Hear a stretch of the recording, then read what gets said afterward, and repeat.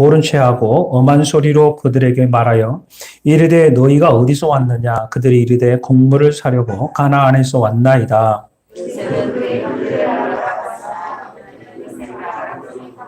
같이 읽습니다. 요셉이 그들에게 대하여 꾼 꿈을 생각하고 그들에게 이르되 너희는 청탄꾼이라 이 나라의 틈을 엿보려고 왔느니라. 드디어 요셉이 총리가 되었고 그리고 총리가 된 후로 바로의 꿈처럼 7년 동안 큰 풍년이 찾아왔습니다.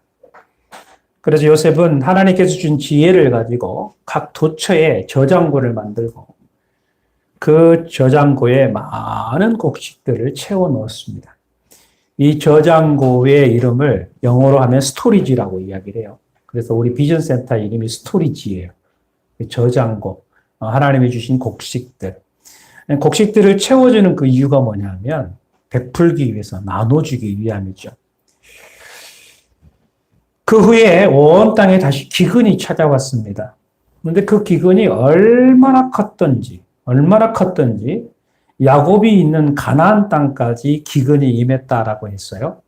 그럼 결국은 전 세계가 기근으로 난리가 아닌 그런 상황임을 우리가 볼 수 있습니다. 이제 더 이상 먹을 것도 없고 마실 것도 없고 아주 물도 찾기 어려운 그러한 상황에 놓여 있었습니다. 그러던 중 야곱은 애굽에 곡식이 있다는 소문을 듣게 됩니다. 그래서 아들들을 보내죠. 여기에서 애굽에서 야곱의 아들들과 요셉의 운명적인 만남이 이루어지게 됩니다. 혹자는 이렇게 말하죠. 원수는 외나무 다리에서 만난다고. 바로 그 외나무 다리가 애굽입니다. 근데 흥미로운 것은 요셉은 그 형들을 보자마자 단번에 알아보지만 그 형들은 요셉을 알아보지를 못합니다. 요셉은 우리가 이해하기 어려운 행동을 합니다. 형들을 정탐꾼으로 몰아갑니다. 이 정탐꾼으로 몰아갔다라는 말은 첩자다, 간첩이다 이렇게 몰아간 거죠. 우리가 볼 때는 원수 갚기가 시작이 된 것처럼 보입니다.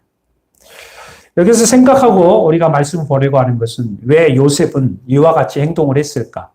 왜 형들을 정탐꾼으로 몰아가야만 했을까 하는 질문을 가지고 오늘 우리가 말씀을 보면 그 말씀에서 주신 그 은혜가 더 크리라고 생각을 합니다. 조금 더 과거로 넘어가겠습니다. 아들 요셉이 죽었다라는 소식을 야곱이 듣죠. 이때 그 야곱의 마음은 어떠했을까 하는 겁니다. 최근에 큰 이슈가 되고 있는 게 한강 유원지에서 친구와 함께 나갔다가 죽음으로 돌아온 아들을 둔 아버지가 계속해서 등장을 하고 있습니다. 분명히 저녁에 두 친구가 나가서 술을 먹고 한강에 있었는데 한 명은 살아서 있고 또 한 명 아들은 죽어서 돌아왔다는 거죠. 그런데 그 아버지가 지금까지도 이야기하고 있는 것은 무엇이냐 하면 내 아들이 어떻게 죽었느냐라는 거예요. 어떻게 죽었느냐. 그것만이라도 알고 싶다라는 거죠. 그런데 어떤 상황으로도 어떤 것으로도 어떻게 죽었는지 밝혀지지를 않고 있습니다. 특별히 그와 함께 했던 그 친구에 대해서는 유튜브에 보게 되면 각가지의 유언 비어들이 지금 등장을 하고 있습니다. 물론 여러분들이 어떻게 생각할지 모르지만 경찰도 그렇고 또 많은 유튜버들도 그렇지만 뭐 오직 답답하면 이런 이야기 저런 이야기 하겠습니까마는 증거가 없어요. 어떤 증거도 정황도 없습니다. 그렇기 때문에 어떤 답변도 내놓을 수 없는 상황에 굉장히 오리무중에 빠진 거죠. 굉장히 답답함을 느끼지 않습니까? 사실은 이 답답함보다 더 안타까운 상황에 놓여 있는 사람이 바로 야곱이에요. 그런데 이 야곱의 그 아들들, 그 10 아들들은 요셉이 이 오는 길에 악한 짐승에 의해서 잡혀 먹혔다라고 하면서 찢겨진 피 묻은 옷 같은 거를 가지고 왔겠죠. 그래서 아버지에게 보여준 거예요. 그것을 본 아버지 야곱의 모습을 어떻게 성경은 표현하고 있느냐 하면 창세기 37장 34절 이후에 보게 되면 야곱이 자기 옷을 찢고 이거는 최고의 고통의 마음이거든요. 자기 옷을 찢고 애통하면서 땅바닥에 주저앉아서 울었다라고 표현을 했어요. 그게 아비의 모습이에요. 절규하는 그런 아비의 그 모습. 그런데 여기에 하나의 대조된 모습이 또 하나 있어요. 그것은 뭐냐면 이 모습을 지켜본 아들들은 어떠했는가라는 거예요. 이해가 되지 않는 것은 뭐냐면 성경에 보면 전혀 그 아들들의 모습에 대해서는 기록이 없습니다. 어떤 모습이었더라, 어떤 반응을 보였더라라는 게 없어요. 그러므로 결국은 요셉의 죽음은 감추어버린, 영원히 묻혀버린 그런 이야기로 끝나버린 사건이에요. 그 이후 12년이 지난 지금입니다. 12년이 지난 지금이에요. 큰 가뭄과 흉년이 찾아왔다라고 했습니다. 42절 말씀을 보게 되면 야곱이 또 이르되 내가 들은즉 저 애굽에 곡식이 있다 하니 너희는 그리로 가서 거기서 우리를 위하여 사오라. 그럼 우리가 살지 않고 죽게 하리라. 42장 1절 말씀에 그렇게 보이죠.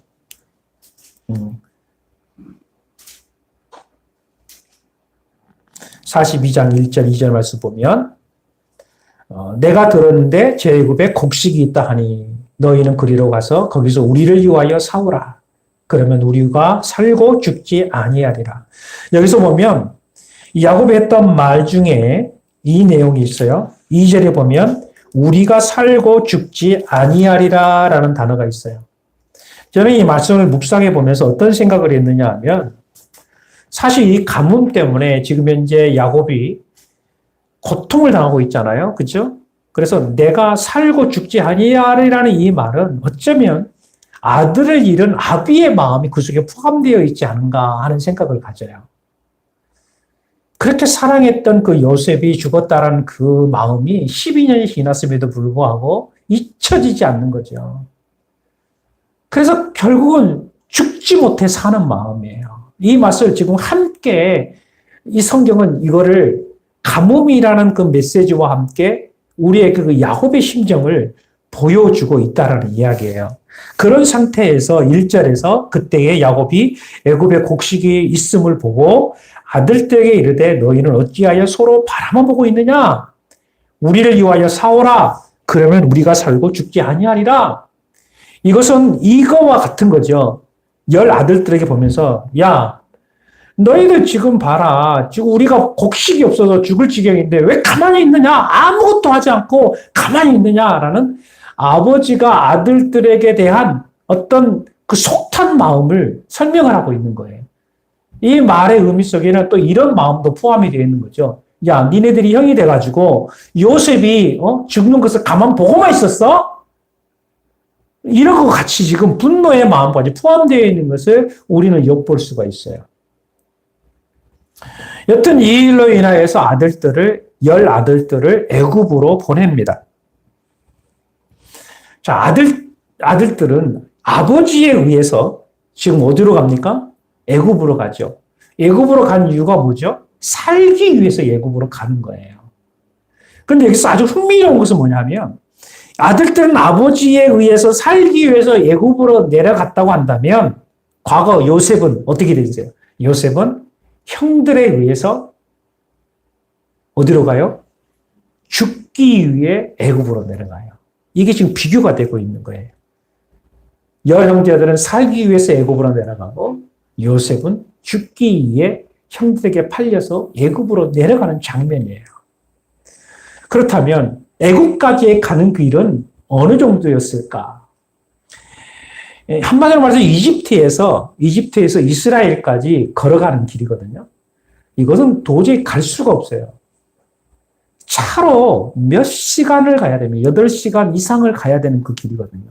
그런데 그 과거에 이집트에서 이 팔레스타인에서 이집트까지 내려가는 그 길은 며칠 몇 날을 걸어가야 되는 그런 고통의 현장입니다. 그게 바로 광야지요. 이 험난한 길을 걸어가게 되는데 요셉의 형들은 어떤 대화를 하고 내려갔을까요? 하는 생각을 가져요. 그저 곡식을 가지러 가니까 뭐 즐거운 마음으로 갔겠습니까? 물론 그럴 수도 있겠죠. 그렇지만 저는 그런 생각을 해봐요. 그 길을 내려가는 동안 누구를 생각했을까? 과거 12년 전 자신들이 팔았던 아우 요셉. 종으로 노예로 똥똥 묶여있는 채 결박을 당한 채 끌려간 요셉도 혹 생각하지 않았을까 하는 생각을 해보는 거예요. 애굽에 도착을 했습니다. 수많은 인파들이 몰려왔습니다. 곳곳에서 곡식을 얻기 위해서 각 나라에서 몰려들기 시작을 했습니다. 자, 그렇다면 여러분 보세요. 한두 사람이 아니에요. 어마어마한 사람들이 지금 몰려들어 있죠.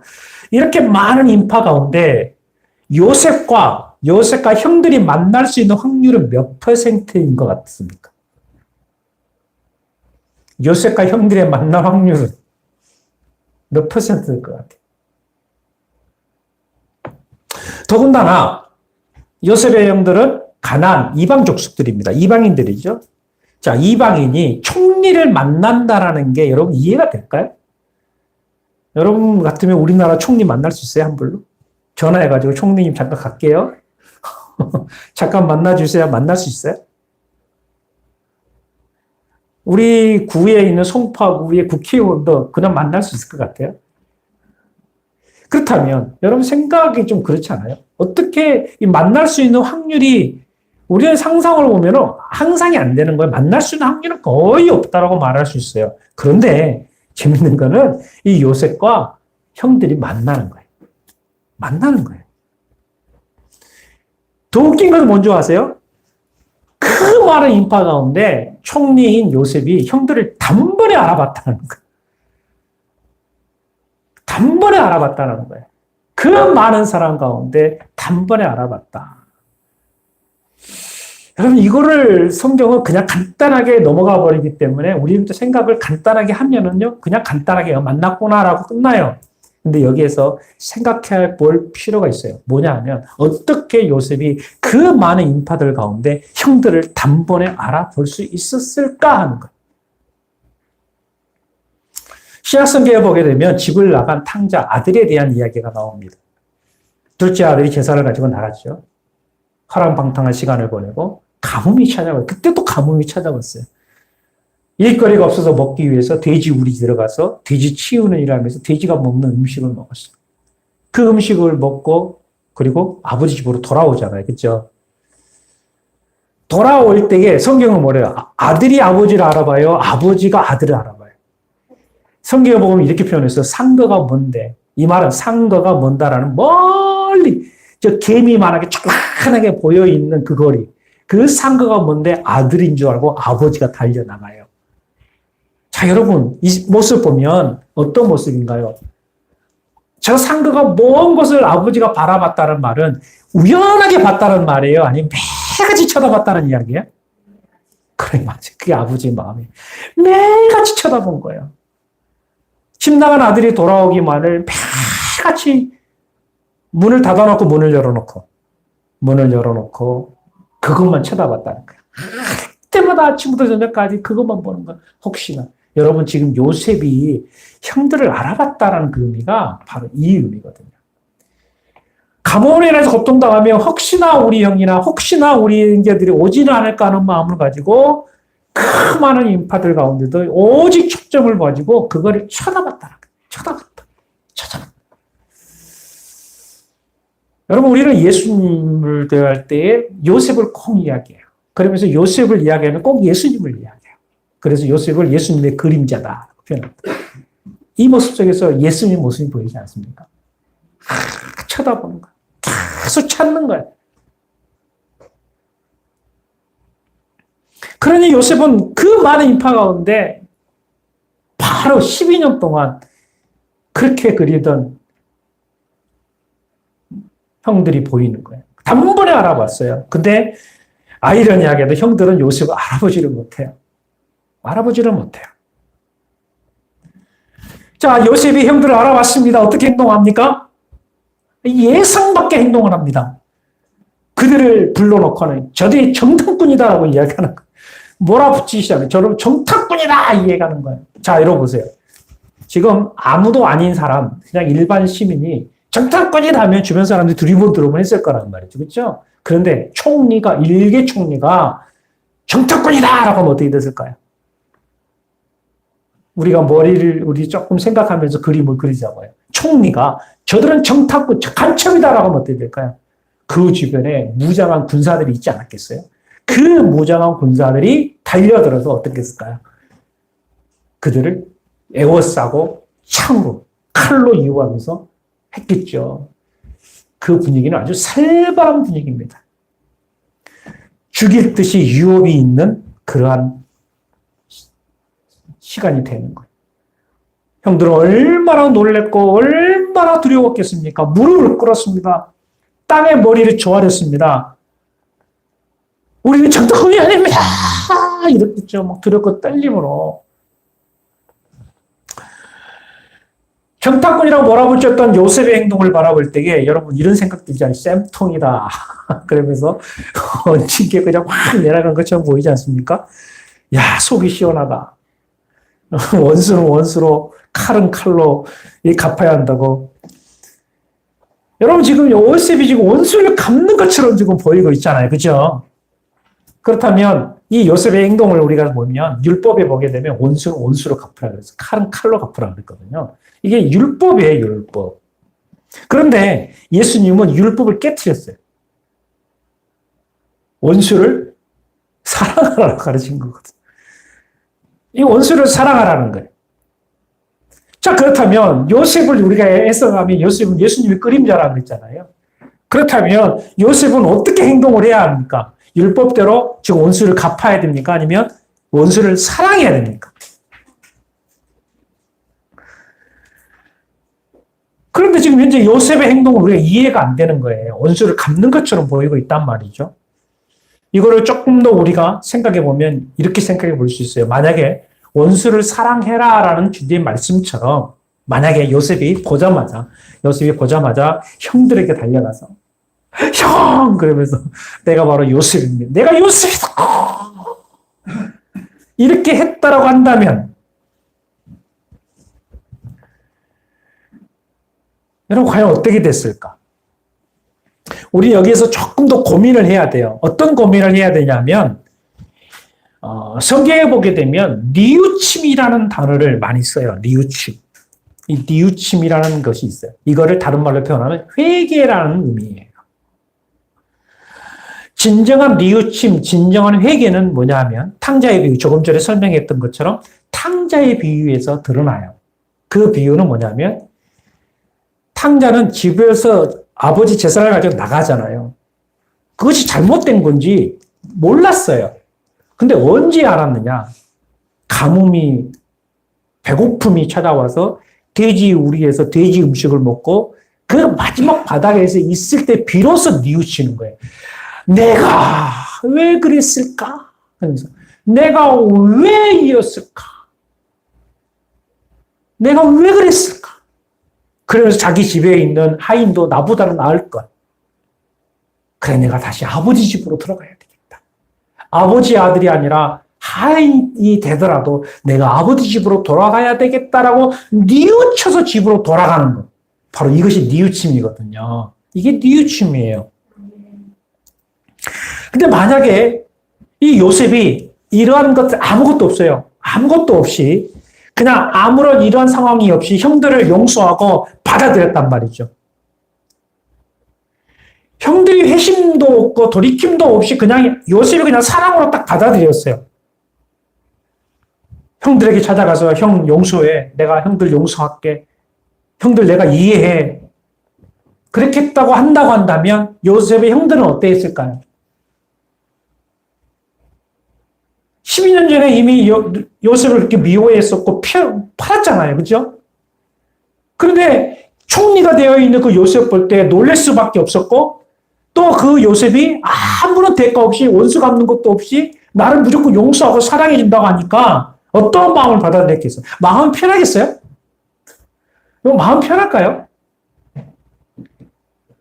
그들은 솔직히 말해서 마음 편할 수가 없어요. 요셉의 그 용서에 대한 부분은 이해는 하면서도 마음으로 느껴지지 않는 거예요. 왜 그런가 하면 요셉이 언제 돌변해서 자기들을 해칠 수도 있지 않겠느냐는 생각을 갖고 있기 때문에 그렇습니다. 분명히 요셉이 언젠가는 돌변해서 우리를 해칠 것이다. 저거는 분명히 속임수일 것이다. 라고 그들은 분명히 그런 생각을 할 수 있었을 것이다. 라는 거예요. 그렇다면 하루하루가 그 형들은 어떤 생활을 하느냐 하면 요셉의 눈치를 보고 지옥 생활을 하는 거예요. 지옥 생활. 지옥 생활을 하는 거예요.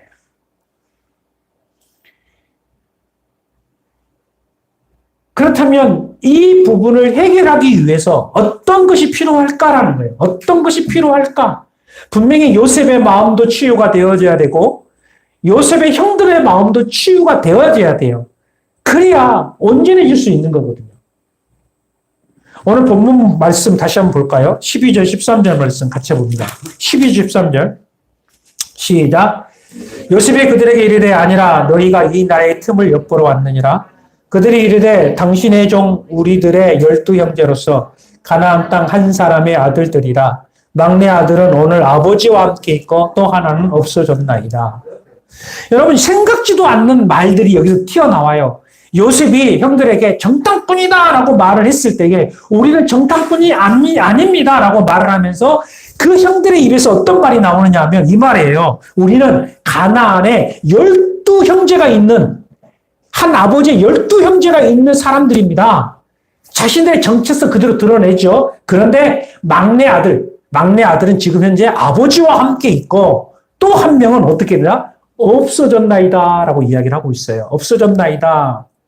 지금 누구를 꺼내고 있나요? 집에 있는 아들은 누구죠? 막내?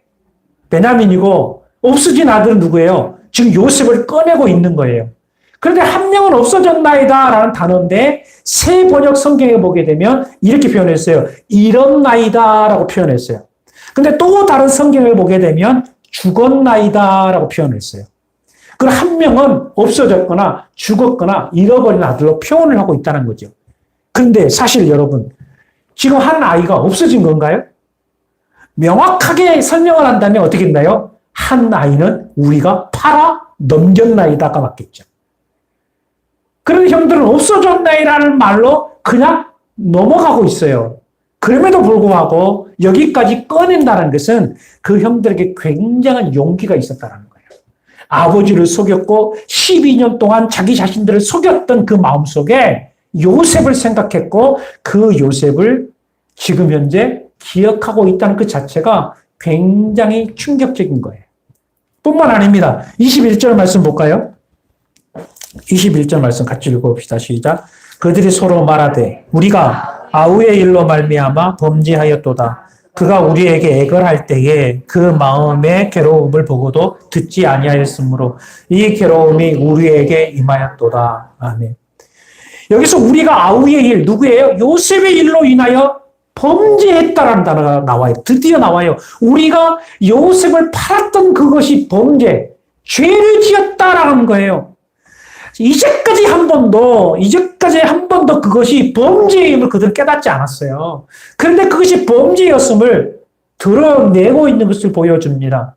스스로 잘못을 했다고 인정을 하는 거죠. 그리고 뿐만 아니라 요셉의 마음을 헤아립니다. 세번역 성경에 이렇게 표현합니다. 아우가 우리에게 살려달라고 예언할 때에 그가 그렇게 괴로워하는 것을 보면서도 우리가 아우의 예언을 들어주지 않은 것 때문에 우리가 이제 이런 괴로움을 당하는구나. 이렇게 표현하고 있습니다. 그러면서 그 동생 요셉의 그 울부짖임, 괴로워하면서 애원하면서 나를 살려달라고 했던 그 요셉을 보면서 어떤 생각이 들었냐. 그 당시 얼마나 요셉이 힘들었을까. 그만큼 요셉이 얼마나 억울했을까. 얼마나 무서웠을까. 그것을 이제 생각을 하는 거예요. 얼마나 힘들었을까. 그것 때문에 그것 때문에 우리가 이렇게 괴로움을 당하는구나. 그러면서 이렇게 말하는 우리는 당해도 싸. 우리는 당해도 싸. 그래서 장자, 첫째 아들 루벤이 하는 말이 우리는 그 아이의 핏값을 치르게 되었다. 이렇게 표현하는 거예요. 성경에 보게 되면 죄의 삭은 사망이다라고 표현하고 있지 않습니까? 아무리 감추려고 해도 묻으려고 해도 죄의 심판은 반드시 나타난다는 거예요. 그 결과가 반드시 주어진다는 겁니다. 이 일 이후로 시므온이 인질로 잡힙니다. 그리고 남은 형제들을 막내를 데리고 오라고 보내요. 그래서 10명이 갔었는데 시므온이 포로를 잡히고 9명이 다시 야곱의 집으로 돌아옵니다. 그리고 야곱을 만나서 36절 말씀처럼 이야기합니다. 같이 읽습니다. 그들의 아버지 야곱이 그들에게 이르되 너희가 나에게 내 자식들을 잃게 하도다. 요셉도 없어졌고 시므온도 없어졌거늘 베냐민을 또 빼앗아 가려고 하니 이는 다 나를 괴롭게 함이로라. 지금 그들의 애굽의 총리라는 사람이 우리를 정탐꾼이라고 몰아갔고 우리가 정탐꾼이 아니라고 했는데도 불구하고 믿지를 않아. 근데 믿을 수 있는 방법은 뭐냐면 집안에 있는 막내 베냐민을 데리고 가는 것만이 믿는다고 하니까 아버지 베냐민을 좀 데리고 가야 되겠습니다. 지금 시므온이 잡혀 있습니다라고 하는 상황이에요. 그러니까 이 말을 들었던 야곱이 이렇게 이야기해요. 요셉도 잃었고 지금 시므온도 지금 잡혀서 없어지기 직전이고 이제는 막내 아들 베냐민까지 잃게 되었다라는 그 아비의 괴로움 심정을 지금 이야기를 하고 있는 거예요. 이 아비의 고통을 이야기를 하고 있는 거죠. 이 말을 들은 아들들의 반응은 어때야 하느냐? 여러분 요셉이 죽었다는 말을 했을 때 처음에 12년 전 요셉이 죽었다는 말을 했을 때 형제들의 반응은 어땠다 그랬죠? 성경은 아무런 표현이 없다 그랬죠. 거짓말로 요셉이 죽었다고 했을 때 그들의 마음은 말 그대로 이 몰인정한 이 형제들이고 정말 피도 눈물도 없는 이 잔인한 놈들이라고 우리가 해석할 수 있을 정도로 형제들의 마음을 볼 수 있지 않습니까? 그런데 오늘 본문에서 보게 되면 37절에 그들의 마음을 바꾸게 됩니다. 37절 말씀 같이 볼까요? 시작. 루벤이 그의 아버지에게 말하기를 내가 그를 아버지께로 데리고 오지 아니하거든. 내 두 아들을 죽이소서. 그를 내 손에 맡기소서. 내가 그를 아버지께로 데리고 돌아오리이다. 아멘. 내가 어떤 일이 있어도 이 막내 아들 베냐민을 어떻게 하겠다? 다시 데리고 오겠다라는 거예요. 누구 이름을 걸고? 자기 아들, 두 아들의 목숨을 걸고 이야기를 하고 있는 것을 보게 되어져요. 여러분 여기에서 뭔가 달라져 있는 모습을 발견하지 않습니까? 그렇게 미워했던 라헬의 아들 요셉 아니었어요? 이제까지 미워했던 라헬의 아들 베냐민이 아닙니까? 그런데 이제는 그 베냐민, 그 라헬의 아들, 그 베냐민을 어떻게 했다? 내 두 아들보다 더 사랑하겠다라는 거예요. 더 귀하게 여기고 데리고 오겠다. 이것은 잃어버렸던 그들에게 없었던 형제애를 다시 한번 만들어내는 거예요. 형제애를 만들어내는 상황으로 바뀌어져 있음을 발견하게 됩니다. 바로 요셉의 사건을 통하여서 그들에게 분명한 어떤 이루어왔던 눈에 보이는 변화가 일어나는 거예요. 과거는 지금까지 경쟁과 미움의 관계였어요. 그런데 지금 와서는 어떻게 해요? 지켜주고 보호해주고 함께해주는 관계로 바뀌어져 가고 있는 것을 발견하게 되어집니다. 심지어는 목숨까지 내걸고 지키겠다라는 거예요. 목숨까지 내걸고 지키겠다라는 거예요. 여러분 오늘 본문을 보면서 우리는 이런 것을 볼 수 있어야 돼요. 이제까지 우리는 요셉을 보면 요셉이 총리가 되어서 성공했다. 이 성공의 스토리만 우리가 보았거든요. 그런데 여러분 요셉의 총리됨을 단순하게 요셉의 성공 이야기만 해주는 성경이 아니에요. 요셉을 통해서 무너지고 찢겨지고 상처뿐인 야곱의 가정을 회복시키고자 했던 하나님의 계획과 하나님의 방법이 이곳에 들어있음을 우리는 볼 수 있어야 합니다. 경쟁과 미움으로 하나 되지 못했던 형제들, 여러분, 이것은 하나님이 원한 게 아니죠. 여러분, 야곱이 이스라엘이라는 이름으로 바뀝니다. 이스라엘은 하나님의 백성이에요.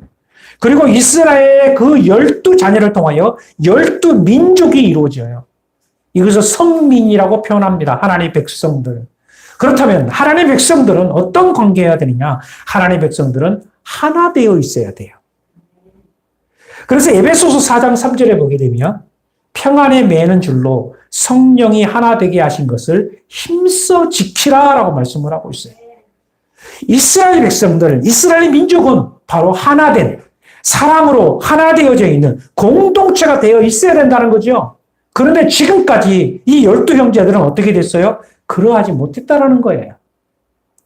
자신들만 생각했고, 미워했고, 싸웠고, 해치려고 했고, 서로 경쟁 관계에 있었고, 시기하고, 질투하고, 미움의 가정이었다라는 거예요.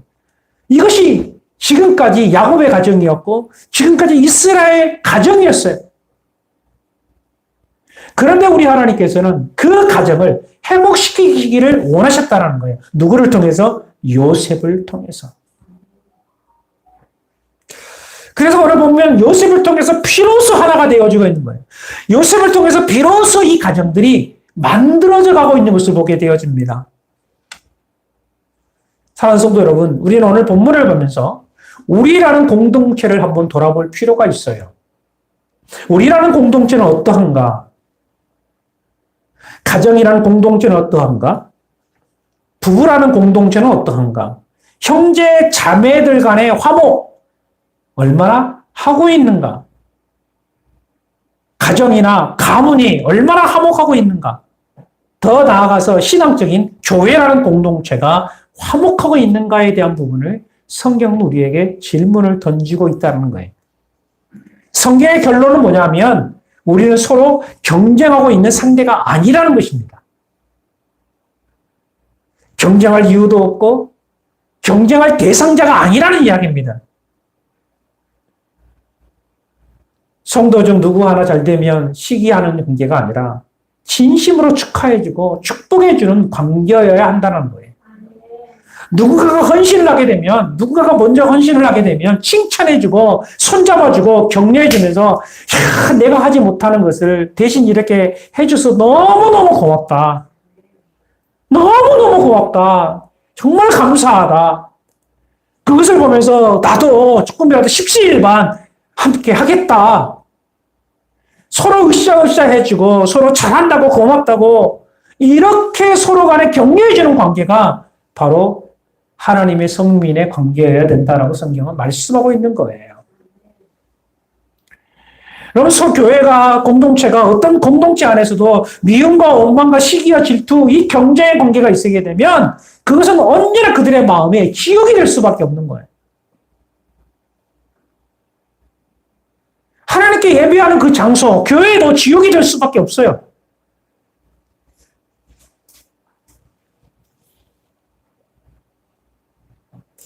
사실 우리들의 마음속에는 여전히 이런 생각이 지배합니다. 어떤 생각이냐면 용서를 하라 그러면 상대가 먼저 용서를 빌면 이렇게 표현하거든요. 상대가 먼저 용서를 해야 하면 용서를 빌면 내가 용서를 해주겠다는 거예요. 상대가 용서하지 않으면 난 절대 용서하지 않는다라는 거예요.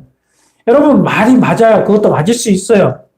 그래서 상대가 용서하고 돌아오면 얼마나 좋겠습니까? 그런데 여러분, 꼭 그게 맞는 말은 아니에요. 사실 용서라는 게 뭐냐면 물론 상대가 용서를 하지만 이미 상대는요, 나부터 용서가 되어 있어야 돼요. 내 마음에 먼저 이 감정이 추스려지고 내 마음이 먼저 받아들일 준비를 하고 있어야 되는 거예요. 그것이 시작이에요.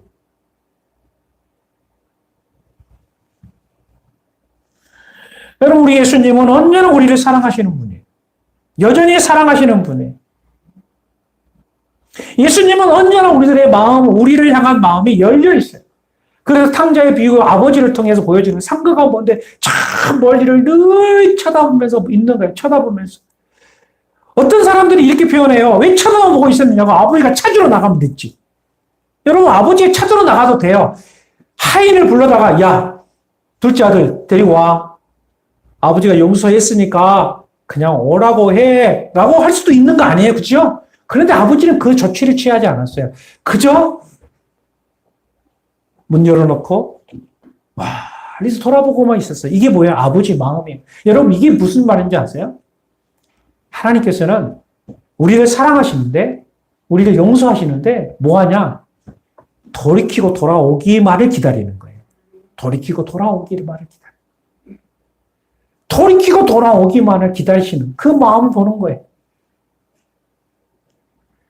결국은 이것은 뭐냐면 나의 돌이킴이에요. 내가 하나님 앞에 돌이키고 내가 주 앞으로 돌아왔을 때 하나님의 은혜를 경험하고 하나님의 사랑을 경험하고 하나님이 내게 주신 그 놀라운 은혜를 경험하는 거예요. 그런데 우리는 대다수가 나의 돌이킴은 없이 그저 막연히 하나님께 쏟아 부어지기를 바라는 거예요.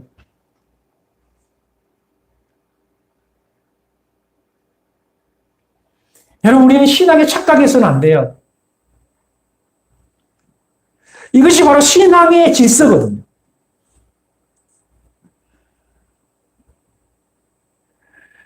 예수님께서 가룟 유다를 버렸을까요? 태어날 때부터 가룟 유다는 예수님을 팔아 넘길 놈 하고 태어났을까요? 선택이라는 게 뭔지 아세요? 여러분 선택과 예정을 이야기를 많이 하는데 이건 우리가 굉장히 많이 오해해요. 칼빈주의를 오해를 많이 하고 있는 거예요. 저 사람은 지옥 갈 놈, 저 사람은 배반한 놈으로 선택받은 아니에요, 여러분. 그 착각이에요. 성경에 보게 되면 절대 그런 내용이 없어요. 예수님은요, 끝까지 사랑하시는 거예요. 문을 열어놓고 계세요. 가룟 유다에게도 수없이 경고의 메시지를 줬어요. 나와 함께 떡을 댄 자가 나를 팔 것이다. 그때 마침 가룟 유다가 예수님 만지는 그 떡을 만졌거든요. 그때 우리 신학적으로 보면 이 예수님의 손과 가룟 유다 손이 부딪혔을까 안 부딪혔을까 거기까지 생각을 해요. 지금 나와 함께 떡을 떼는 자가 나를 팔 것이다. 경고거든요. 경고가 아니라 메시지를 둔 거예요. 이것은 뭐냐면 그러지 마라. 가룟 유다야 내가 너를 알아. 내가 너를 아니까 거기까지 가지 마. 그 선까지 넘지 마라는 그 예수님의 사랑하는 측은한 마음이거든요. 회개하고 돌이켜서 돌아오기를 바라는 그런 마음이에요. 그게 주님의 마음이거든요.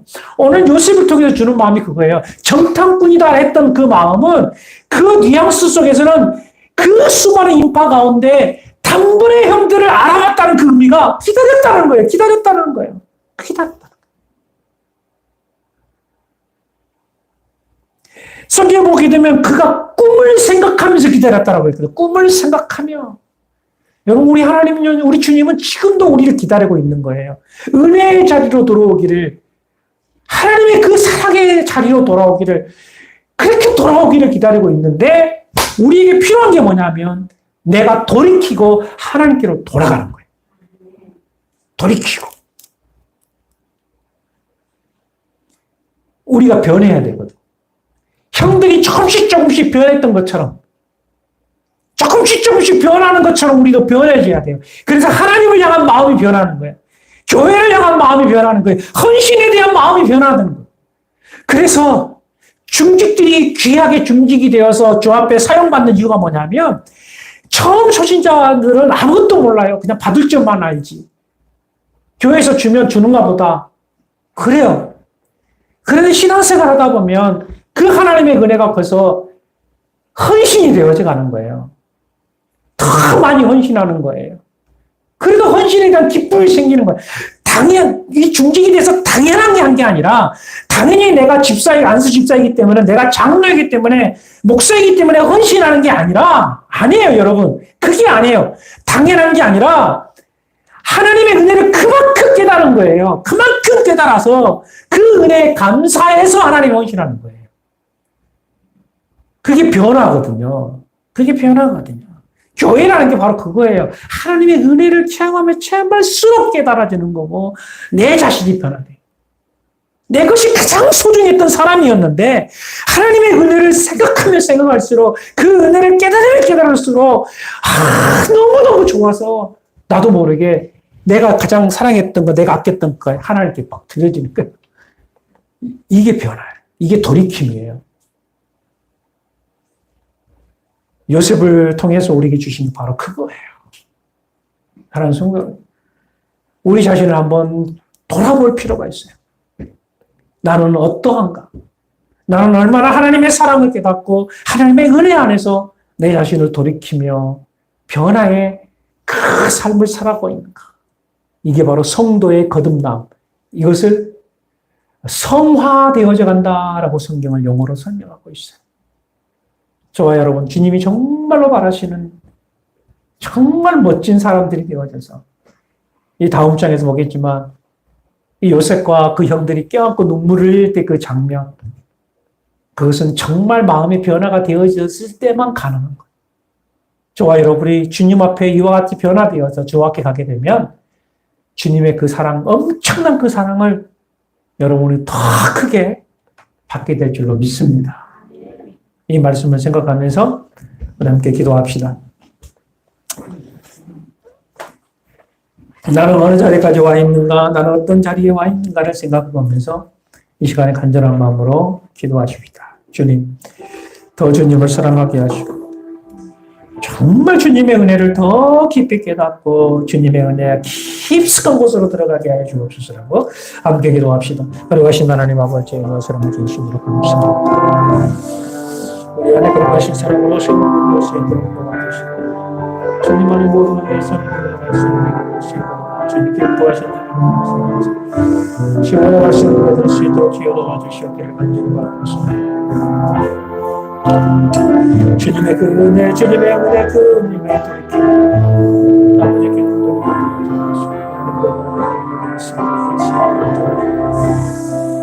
아버지